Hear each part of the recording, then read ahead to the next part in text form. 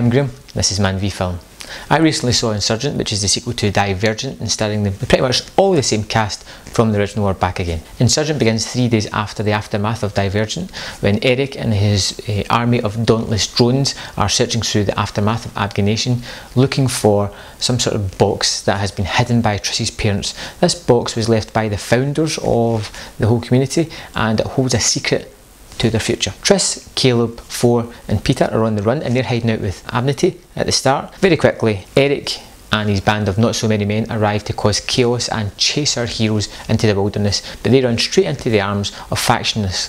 Factionless is led by this woman who has gathered all the Factionless together to make an army to take on Janine and the Erudite faction. Janine discovers that this box that she's captured can only be opened by a Divergent, and she starts to gather up as many as she can to test them to see if she can find the one that can open the box for her. Now, it's easy to dismiss Insurgent because it's in the tail end of this YA movement of movies where we've seen I Am Number 4, The Golden Compass, all these movies that kind of came out. They were beginnings of series, but they never went any further than that. So it's easy to move that on as a sort of like, it's part of the YA movement, it's a kind of Hunger Games clone. But you know what, it's actually a pretty good series if you give it a chance. Now, I didn't see Divergent in the cinema, pretty much because I thought, maybe what you thought, you know, it wasn't going to be that great. It was something that was just jumping on the YA bandwagon, but it turned out to be a pretty enjoyable movie.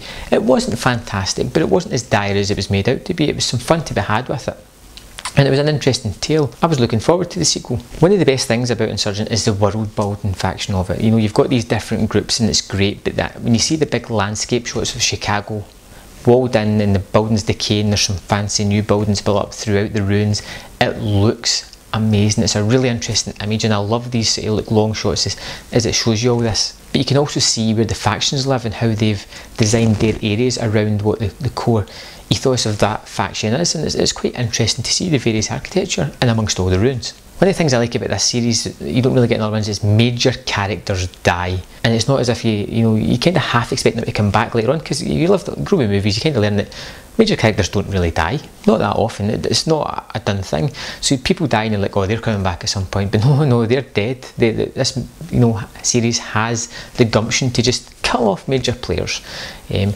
that is refreshing because it's always changing the story. Much like the first one, this movie is a complete story. You could sit down and watch Insurgent.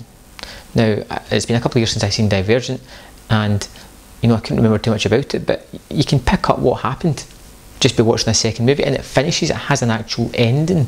Yes, there's a little bit that leads on to another story if you want, but if you look at the ending the way it is, it could just be a straight end to a story, and it's good that way. So it's its own contained movie. It's unlike Mockingjay Part 1 where it just ends and you're like, well, this is only half a movie I've seen. This is a complete movie, and it gets kudos for doing that, not try to leave us on a cliffhanger. One of the things I don't like about the movie is the love story. It's got to be there, it's got to be something that's in the movie, but I'm just not interested in it, and I find that when that sort of kicks in, it kind of detracts from the movie, and it just kind of slows down the pace and causes a natural lull, and it's something that's not that interesting. Which leads me to some of the character motivations, especially Four. His motivations seem to be just plain dumb.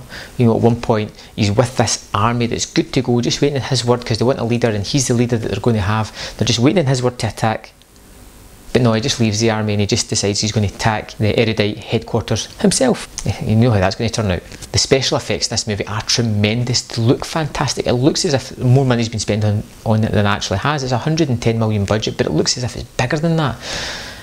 I was really impressed with the special effects. I thought the first one was okay. They really stepped up their mark in this one. The special effects are absolutely fantastic. As for the movie itself and the plot, the first hour of the movie is really, really exciting and fast paced. It doesn't give you a chance to breathe at all. It just moves from set piece to set piece, and it's really exciting.